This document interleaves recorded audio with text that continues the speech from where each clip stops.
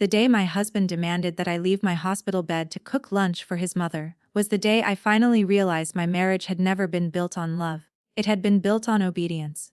For 3 long years, I convinced myself that if I tried harder, gave more, complained less, and loved deeper, everything would eventually change. I believed kindness could soften cruelty. I believed patience could heal selfishness. I was wrong. That afternoon, lying on a hospital bed with my right leg wrapped in a heavy splint, I discovered that some people never see your sacrifices. They only notice the first time you stop making them. The pain medication had barely started working when my phone rang again. Julian. His name flashed across my screen for what felt like the 100th time. I sighed and answered, putting the call on speaker because my hands were occupied while a doctor carefully stitched the deep cut running along my calf. Before I could say a single word, his voice exploded through the room. Did you break your leg? Or did your hands stop working too? My mother hasn't eaten all day, Madeline. The entire emergency room cubicle became silent. Even the doctor paused for a brief second before continuing to stitch my wound. A nurse standing beside me slowly looked up, disbelief written across her face.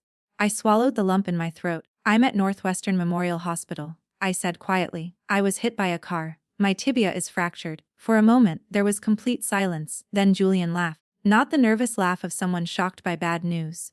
Not the relieved laugh of someone grateful I was alive. It was the irritated laugh of a man convinced his wife was making excuses. You're always so dramatic, he scoffed. My mother needs her low-sodium lunch before 2. Just call an Uber and come over. I'm not asking you to run a marathon.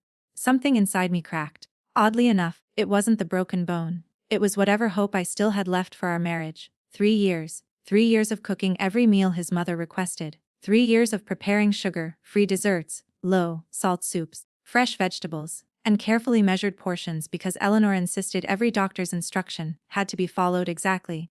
3 years of hearing Julian proudly tell everyone how devoted his wife was. Yet somehow my devotion had never been for me. It had always been for them. I closed my eyes for a second before speaking. Your mother is no longer my responsibility. His voice immediately sharpened. What did you just say? I said she isn't my responsibility anymore, Madeline. And neither is this marriage. Without waiting for another response, I ended the call. The room remained completely quiet. The nurse gently placed my phone on the bedside table before softly squeezing my shoulder. She didn't need to say anything. The sympathy in her eyes spoke louder than words ever could. For the first time in years, someone who barely knew me recognized what I had refused to admit. This wasn't an unhappy marriage. It was emotional abuse. Only 30 minutes later, 2 police officers entered my hospital room. One of them looked at a clipboard before asking politely, "Are you Madeline Brooks?" "I am. We received an emergency domestic complaint." I blinked. "A complaint?" The older officer nodded. "Your husband reported that you abandoned his elderly dependent mother during a medical emergency." I couldn't help laughing. Not because it was funny, because it was so unbelievably ridiculous. I slowly pointed toward the cast surrounding my leg. I was hit by a car at 12:18 this afternoon. The younger officer looked down at my medical chart. The doctor stepped forward immediately. My patient suffered a fractured tibia and multiple lacerations, he explained. She was brought here directly from the accident scene. The officers exchanged an uncomfortable glance. The older one then asked, "Would you mind showing us your phone?" I unlocked it. 47 missed calls, every single one from Julian. The officer raised his eyebrows. He called 47 times. I nodded. Most of those calls were demanding I leave the hospital to prepare lunch for his mother. Even the doctor stopped writing. "You've got to be kidding." "I wish I were." The officer quietly shook his head before asking, "May we call him?" "Please do." He used the department phone. Julian answered almost instantly. Finally, he snapped, "Where's my wife? This is the Chicago Police Department." Everything became silent. The officer calmly explained that I had been admitted following a serious traffic accident, and that his report appeared to contain false information. Julian's confident voice disappeared. I didn't know it was that serious." I spoke loudly enough for him to hear. "You never asked." For several seconds, nobody spoke. Then his anger returned. "So you're going to make me look like the villain over one missed lunch?" His words no longer hurt. They simply confirmed everything I had spent years refusing to believe. "If you want a divorce," he continued bitterly, "fine. But you're leaving with nothing. The house stays with me. The SUV stays with me. Every dollar stays with me." I slowly leaned back against my pillow and stared at the bright white ceiling. "No, Julian. What do you mean?" "I'm not leaving empty-handed." He laughed again. What exactly do you have? I smiled for the first time that entire day. Myself. After hanging up, I immediately began making phone calls. Not emotional phone calls. Strategic ones. My first call was to our bank, requesting an emergency freeze on every joint account until suspicious activity could be reviewed. My second call was to my estate manager, confirming that our Gold Coast home required both owners' signatures before it could ever be sold or refinanced. My third call was to my closest friend, Chloe. Bring me some clothes, I said calmly. My laptop, a charger, and call attorney Sophia Sterling. She didn't ask questions. She simply replied, I'm on my way. Then I made the fourth phone call. The only one that would quietly change everything. Arthur Thorne answered after only 2 rings. Good afternoon, Ms. Brooks. His respectful tone sounded nothing like the way Julian spoke to me. I need a favor, I said. Anything. I want a complete internal file on Regional Director Julian Vance. Arthur became silent. I understand. And schedule a surprise compliance audit tomorrow morning. A's a routine investigation. Exactly. He paused before asking one final question. Is it finally time? I looked down at the heavy cast covering my leg. Not yet, I answered. I want to see how comfortable he becomes sitting in a chair he never earned. Julian believed he was the successful executive. He believed I was simply a neighborhood baker who smelled like butter and vanilla. He had absolutely no idea that long before I ever met him, I had quietly built the investment trust that eventually became the parent company behind the corporation where he proudly worked. He thought he had all the power. He was about to discover he'd only been borrowing it. Chloe arrived at the hospital less than 40 minutes later. She pushed open the door carrying an overnight bag in one hand and my laptop case in the other. The moment she saw the cast on my leg, her face turned pale. My God, Maddie. I'm okay, I assured her, at least physically. She hugged me carefully, avoiding my injured leg. You should have called me sooner. I kept thinking I could fix everything. Chloe sighed. You've been trying to fix a marriage where you're the only one doing the work. She wasn't wrong. For years I had defended Julian whenever anyone questioned the way he treated me. I always had an excuse. He works long hours. He's under pressure. He doesn't mean it. Looking back, I realized I had been protecting the person who was hurting me the most. A few minutes later, another woman entered the room. She wore a charcoal gray business suit and carried a leather briefcase. Every movement was calm, deliberate, and confident. Attorney Sophia Sterling, one of the best divorce and corporate attorneys in Chicago. She smiled warmly before shaking my hand. It's good to finally meet you in person, Madeline. I wish it were under better circumstances, she nodded. Unfortunately, these situations usually become legal only after someone has suffered long enough. She opened her briefcase and spread several folders across the small hospital table. I've already reviewed the basic information Chloe sent me. What do you think? I asked. I think your husband has made several very expensive mistakes today. Before she could continue, loud voices echoed through the hallway. I didn't need to look. I already knew who it was. The curtain was pulled open so violently that one of the hooks nearly snapped. Julian stormed inside. His mother, Eleanor, followed only a few steps behind. Neither of them looked worried. Neither asked how I was feeling. Neither even looked at my injured leg. Instead, Julian pointed directly at the paperwork on my bed. What is all this? Sophia calmly stood. I'm attorney Sophia Sterling. His expression immediately darkened. A lawyer. Less. What the hell is she doing here, representing my client? Julian laughed. My wife doesn't need a lawyer. Sophia smiled politely. Beginning today, every conversation regarding your marriage, finances, property, or divorce will go through my office. Eleanor gasped dramatically. A lawyer. Good wives don't hire lawyers. Sophia turned toward her. Good husbands don't demand that their injured wives leave the emergency room to prepare lunch. The room became silent. Eleanor's face flushed bright red. Julian folded his arms. This is ridiculous. No, Sophia replied evenly. What's ridiculous is filing a false police report because your wife was receiving emergency medical treatment. He ignored her. Instead, he looked directly at me. You're taking this way too far. I met his eyes without flinching.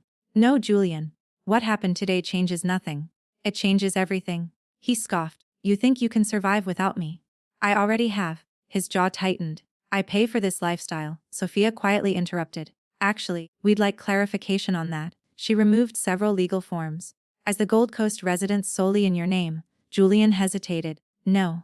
Was the home purchased before or after marriage? After. Were joint funds used? Yes. Then your wife owns legal interest in the property. He remained silent. What about the Range Rover? Sophia continued. Joint purchase. And the investment accounts. He looked increasingly uncomfortable. They're joint. Sophia nodded while writing notes. Thank you. Julian realized too late that every answer weakened his own position. His confidence slowly disappeared. Eleanor suddenly stepped forward. My son earned everything. I smiled softly. Did he? She glared at me. You baked cupcakes. I owned a business. A little bakery isn't a business. Her words didn't bother me anymore, because unlike Eleanor, I knew exactly what I had built. Sophia handed me another document. We're filing an emergency order. Julian frowned. For what?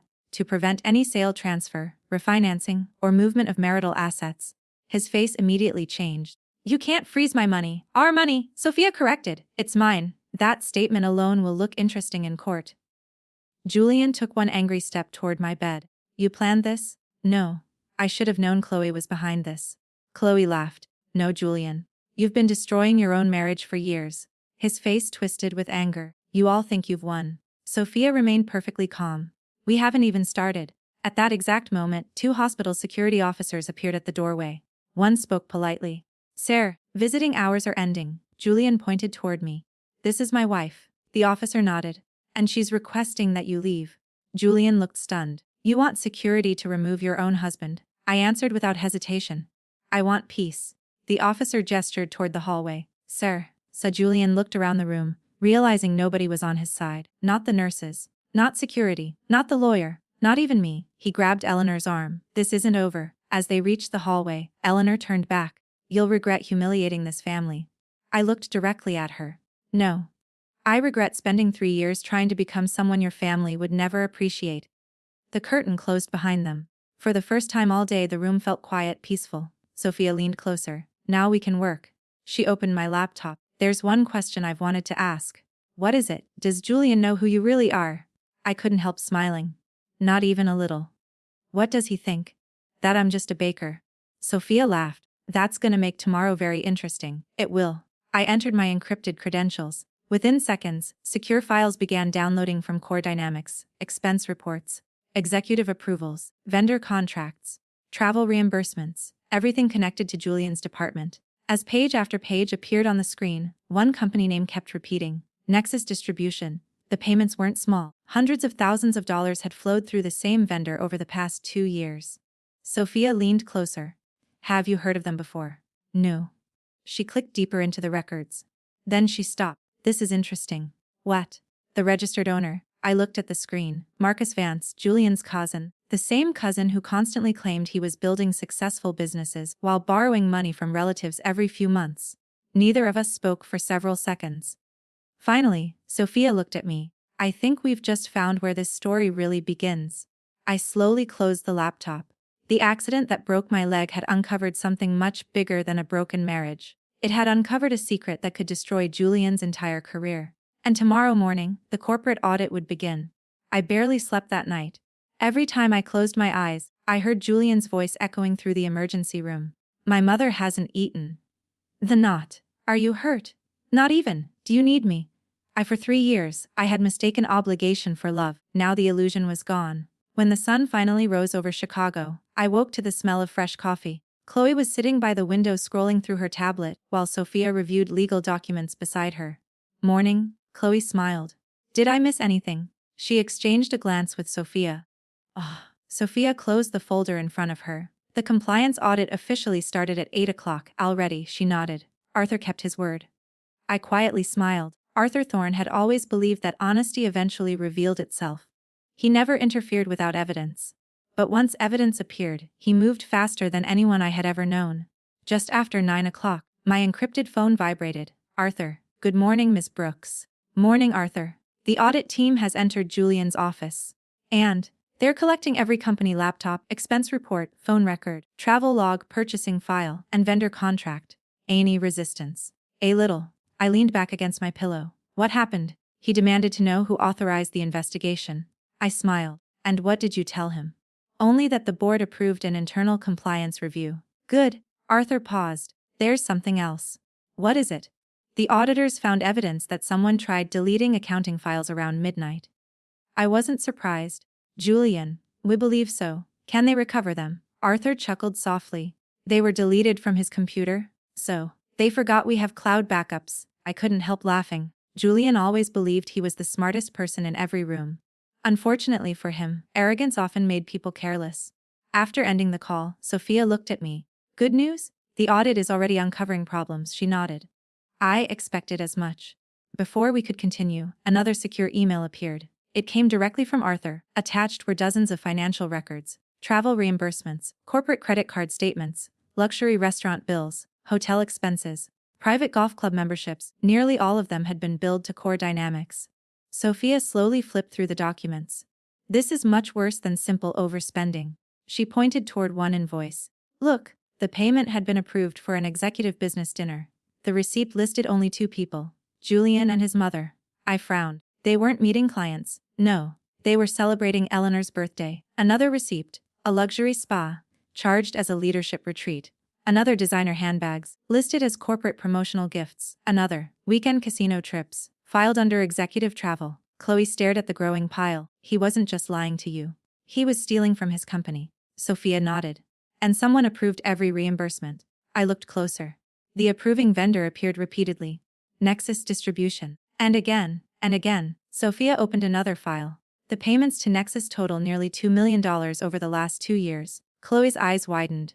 $2 million. I slowly nodded. Follow the ownership. Sophia searched public registration records. Seconds later the result appeared. Owner Marcus Vance, Julian's cousin. Exactly as I expected. Marcus had never owned a successful business. Every family gathering included another story about a failed investment, another business loan, another financial disaster. Yet somehow he had recently purchased a lake house, a new Porsche, and a luxury condominium. Now it all made sense. The money hadn't come from success, it had come from Julian. Or more accurately, from the company. Sophia immediately began taking notes. This changes everything. How? We're no longer looking at marital misconduct. She looked directly into my eyes. We're looking at corporate fraud. My phone rang again. Unknown number. I answered cautiously. Madeline. It was Sarah, Julian's executive assistant. Her voice trembled. I don't know who else to call. Take your time, I think Mr. Vance knows someone reported him. My expression became serious. What happened? He ordered everyone to stay late. And made us destroy old expense reports. Sophia immediately activated the speakerphone recorder. Sarah continued. He told accounting to print new invoices with different dates. Did anyone refuse? I did. What happened? He threatened to fire me. Tears filled her voice. He said nobody would believe me because he's regional director. I spoke gently. Sarah. Yes. Do you still have the original records? There was a brief pause. I saved copies. Sophia smiled. Yes. Don't delete anything. I won't. Don't tell anyone we spoke. I understand. Before hanging up, Sarah whispered something that made the room completely silent. What? I don't think Marcus is the real owner of Nexus. I exchanged a glance with Sophia. What do you mean? I saw documents. What documents? Ms. Dutter. Vance signed nearly everything himself. So Marcus was just a name. The call ended. Nobody spoke for almost a minute. Finally Chloe broke the silence. So Julian created a fake company using his cousin. Sophia slowly nodded. That's exactly what it sounds like. My phone buzzed again. This time it was a news alert. As Core Dynamics announces temporary internal compliance review following anonymous financial concerns. The announcement was only 3 sentences long. No names, no accusations, no details. But I knew what it meant. The company was preparing for something much bigger. At that exact moment, another message appeared. It was from Julian. If we need to talk. Another message followed immediately. Ask whatever you're doing, stop now. Then another. You're destroying my career. As I stared at the screen for several seconds before typing my reply. No, Julian, I'm simply refusing to protect it anymore. As I placed the phone face down on the bedside table. For years I had cleaned up every emotional mess he created. Every apology, every excuse, every lie. This time, he would have to face the consequences without me. Because for the first time since I married him, I wasn't trying to save Julian Vance. I was making sure the truth finally caught up with him. By the 4th day, my broken leg hurt less than the truth. The swelling had started to go down, and the doctors were pleased with my recovery. They told me I could leave the hospital in another day or 2. But I wasn't in any hurry. For the first time in years, I wasn't rushing home to cook dinner. I wasn't worried about whether Eleanor had taken her medication. I wasn't wondering why Julian hadn't answered my messages. For the first time since I got married, my life felt strangely peaceful. That peace didn't last long. Just after 10 that morning, Arthur called again. I assume you have news. I do. His voice sounded more serious than ever. The audit team has completed the first round of interviews. And 3 employees admitted they were ordered to alter financial records. I slowly closed my eyes. Did they cooperate? Completely? What about Julian? Arthur sighed. He denies everything? Of course he does. He claims the employees misunderstood his instructions. I smiled faintly. People who tell the truth rarely need dozens of different explanations. Arthur chuckled. There's more. What is it? The forensic accountants recovered deleted emails. My heartbeat slowed. What do they show? They proved Julian personally approved payments to Nexus Distribution while instructing accounting to label them as emergency vendor expenses. So Marcus never ran the company? No. Arthur paused. We now believe Nexus Distribution existed for one purpose. To steal company money. Exactly. When the call ended, Sophia looked at me with a satisfied smile. They finally found the paper trail. They did. She organized the growing stack of evidence into separate folders. Expense fraud, vendor fraud, employee intimidation, false invoices, witness statements. The pile was becoming impossible to ignore. Julian's empire wasn't collapsing because of rumors. It was collapsing because of facts. That afternoon, another surprise arrived. A detective from the Chicago Police Department requested permission to speak with me. I invited him inside. I'm Detective Harris. He shook my hand carefully. I understand you recently reported stolen property from your residence. I did. We've recovered part of it. My eyes widened. You found it? He nodded. A pawn shop owner became suspicious after a woman attempted to sell an antique gold bracelet. My grandmother's bracelet. Less. My heart skipped a beat. It still has your family engraving inside. I couldn't believe it. The bracelet had belonged to my grandmother. She had worn it for more than 40 years before giving it to me on my wedding day. It wasn't valuable because of the gold. It was valuable because it carried my family's history. Who tried to sell it? I asked. The detective opened a folder. Eleanor Vance. Neither Chloe nor Sophia looked surprised. Neither was I, the detective continued. She claimed the bracelet was a family gift. It wasn't? We know. He handed Sophia a copy of the report. She's now part of an active theft investigation. After he left, Chloe looked at me. How does someone become that greedy? I thought for a long moment before answering. They stop seeing people. What do you mean? They only see what those people can give them. That explained Eleanor perfectly. To her. I wasn't a daughter-in-law. I was a free cook. A free caregiver. A free housekeeper. Someone whose purpose was to serve. The moment I stopped serving, I became her enemy. Late that afternoon, my phone rang again. Julian. For nearly a minute I simply stared at his name. Finally, I answered. What? His voice sounded completely different. Gone was the confidence, gone was the arrogance. Instead, he sounded scared. Madeline, we need to fix this. I thought you said I was leaving with nothing. I was angry. You sounded certain. I didn't mean it. I remained silent. He continued talking. The auditors suspended me. I wasn't surprised. They took my company laptop. I know. They froze my corporate credit cards. I know. They're interviewing everyone. I know. He stopped. How do you know all this? I smiled to myself. Because the truth always travels faster than lies. His breathing became heavier. Did you report me? No. Then who did? You should ask yourself how many people you've mistreated over the years. Another long silence followed. Finally he whispered, I'm going to lose everything. I answered calmly. No, Julian. You already lost everything. You just haven't realized when it happened. He sounded desperate. If you tell them it was all a misunderstanding. It wasn't. If you stop the investigation. I can't. You don't understand. I understand perfectly.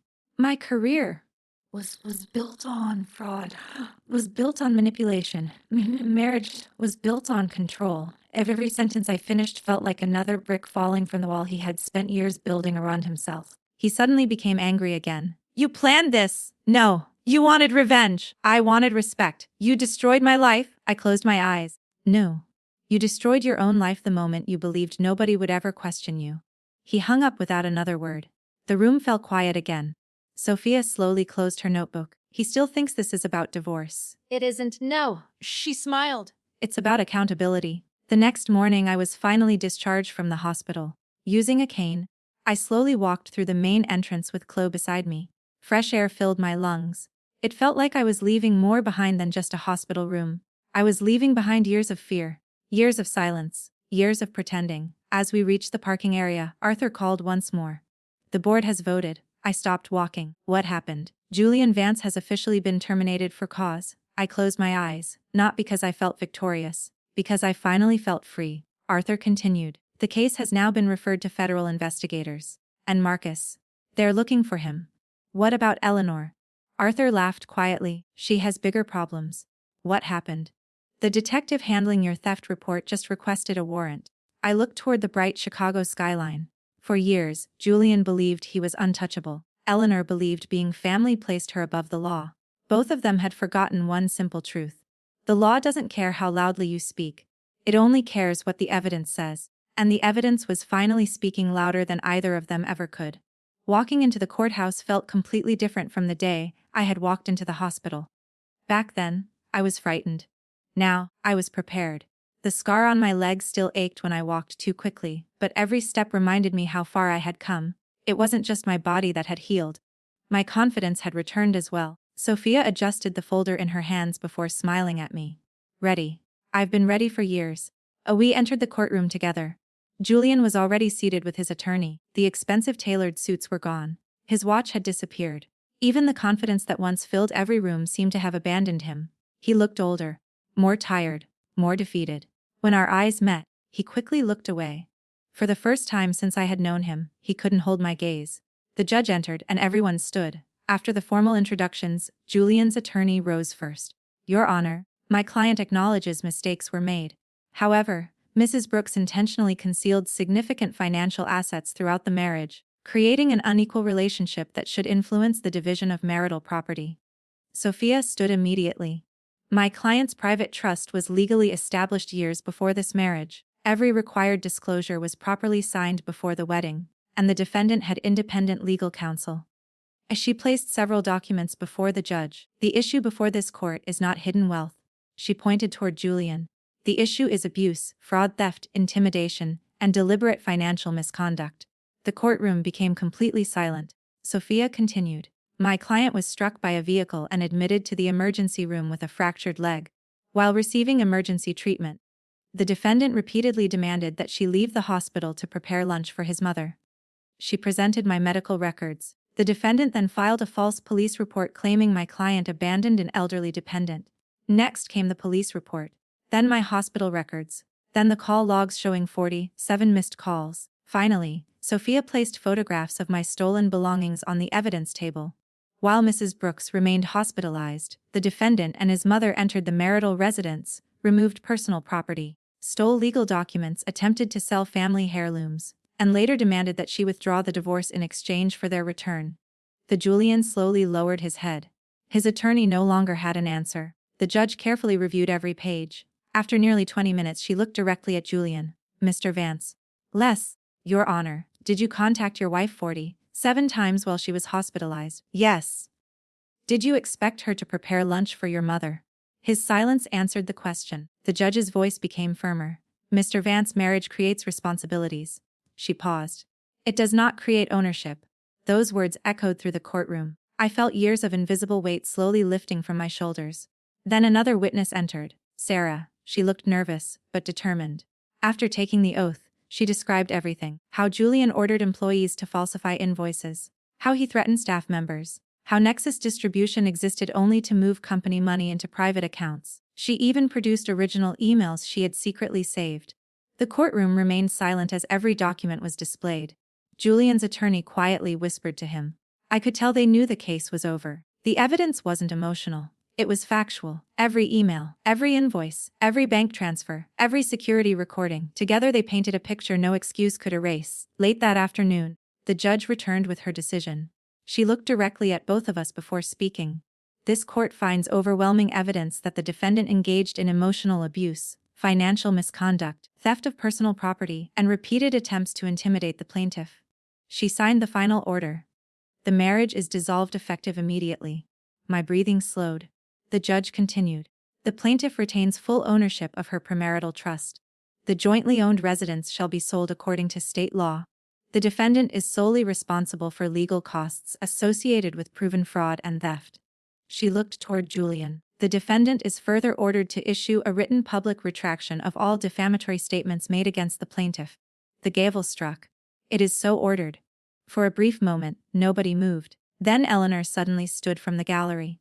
This isn't fair, she shouted. My son made mistakes, but she's rich. She doesn't need any of this money. The judge looked at her calmly. This court does not reward greed. Security immediately escorted Eleanor outside as she continued shouting.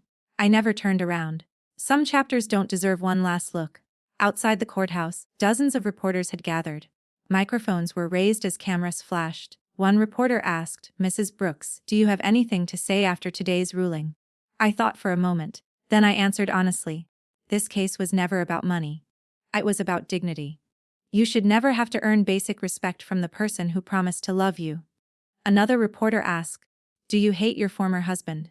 I looked toward the courthouse doors, where Julian slowly walked out surrounded by his attorney. Numbu. I simply refused to carry the weight of his choices any longer. I turned and walked away. A week later, the final chapter quietly closed. Julian published the court-ordered apology across his professional accounts. He admitted he had spread false accusations. He admitted he had mistreated me. He admitted he had attempted to manipulate both me and his employees. It was the first honest statement I had ever seen him write. Federal investigators later confirmed the fraud involving Nexus Distribution. Marcus accepted a plea agreement. Several stolen company assets were recovered. Sarah received a promotion for her courage. Arthur personally thanked every employee who had cooperated with the investigation. As for Eleanor, she moved into a small apartment outside the city, without servants, without luxury, without someone to control. Several months later, I unlocked the front doors of my new flagship bakery in Chicago's Gold Coast district. The smell of warm bread and fresh pastries filled the air. Customers smiled as they stepped inside. Some knew my story, most didn't. And that was perfectly fine, because I no longer wanted to be known as Julian Vance's wife. I wanted to be known simply as Madeline Brooks. A woman who survived. A woman who rebuilt her life. A woman who finally understood that kindness should never require sacrificing your self-respect. That afternoon, Chloe walked into the bakery carrying flowers. She looked around before laughing. You did it. I smiled. No. What did it? She hugged me. What are you thinking about? I looked through the bakery window at the busy Chicago streets. I'm thinking that the worst day of my life turned out to be the first day of my real life. I gently touched the faint scar on my leg. It would always remain there. Not as a reminder of pain, but as proof that sometimes the road to freedom begins with a single moment that forces you to stop walking in the wrong direction. That day in the hospital, Julian believed I had lost everything. The truth was exactly the opposite. I had finally found myself. 6 months have passed since the judge struck the gavel that officially ended my marriage. Sometimes people ask me if I ever think about Julian anymore. The honest answer is, very rarely. Not because I hate him. Not because I wish him suffering. But because my life has finally become too full to keep looking backward. Every morning now begins long before sunrise. The lights inside Brooks' Artisanal Bakery come on while most of Chicago is still asleep. The smell of butter, fresh bread, cinnamon, and roasted coffee slowly fills the neighborhood. My employees laugh as they prepare the day's pastries, and our first customers usually arrive before 7 o'clock. Many of them have become regulars. Some stop by every morning before work. Some bring their children after school. Some simply enjoy sitting near the front window with a warm cup of coffee while watching the city wake up. To them, I'm simply the owner of a bakery.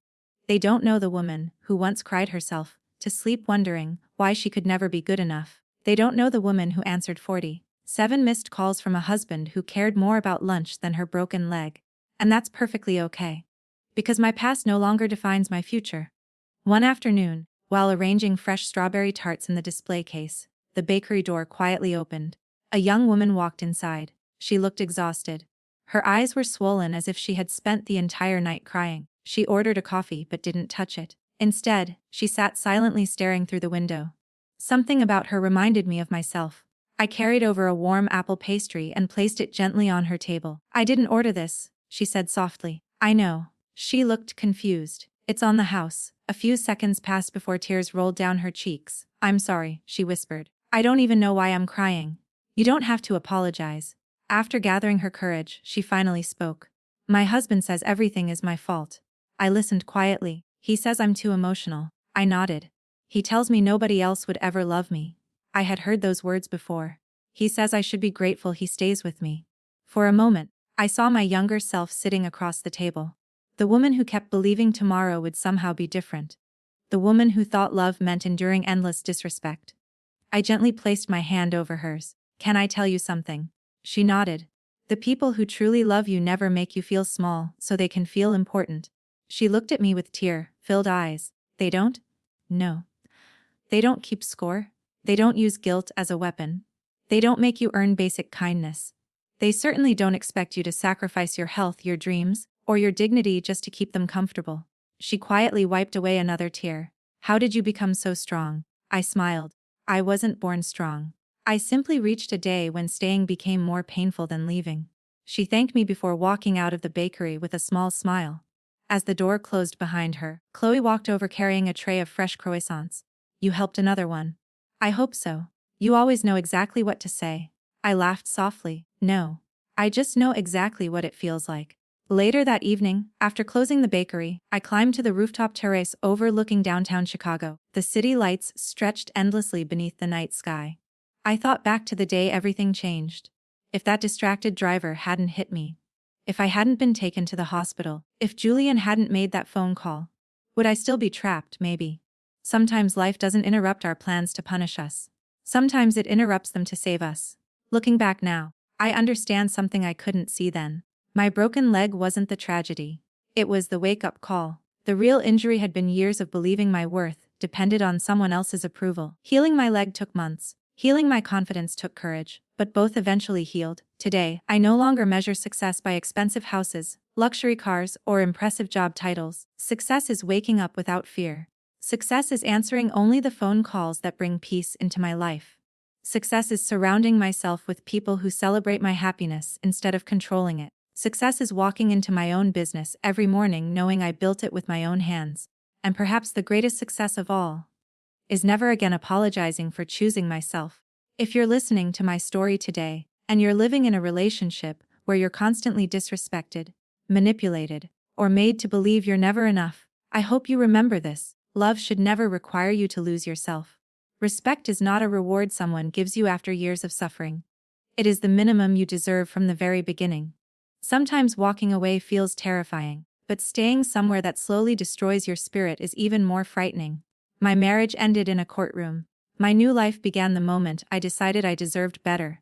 That decision changed everything. And if my story helps even one person find the courage to choose peace over fear, then every painful step I took was worth it.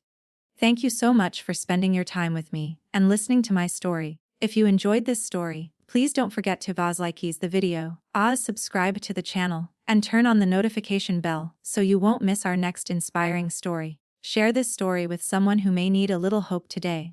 Until next time, take care of yourself, believe in your own worth, and remember, the strongest person in the room isn't the one who controls everyone else. It's the one who finally finds the courage to walk away and build a better life. Thank you for watching, and I'll see you in the next story.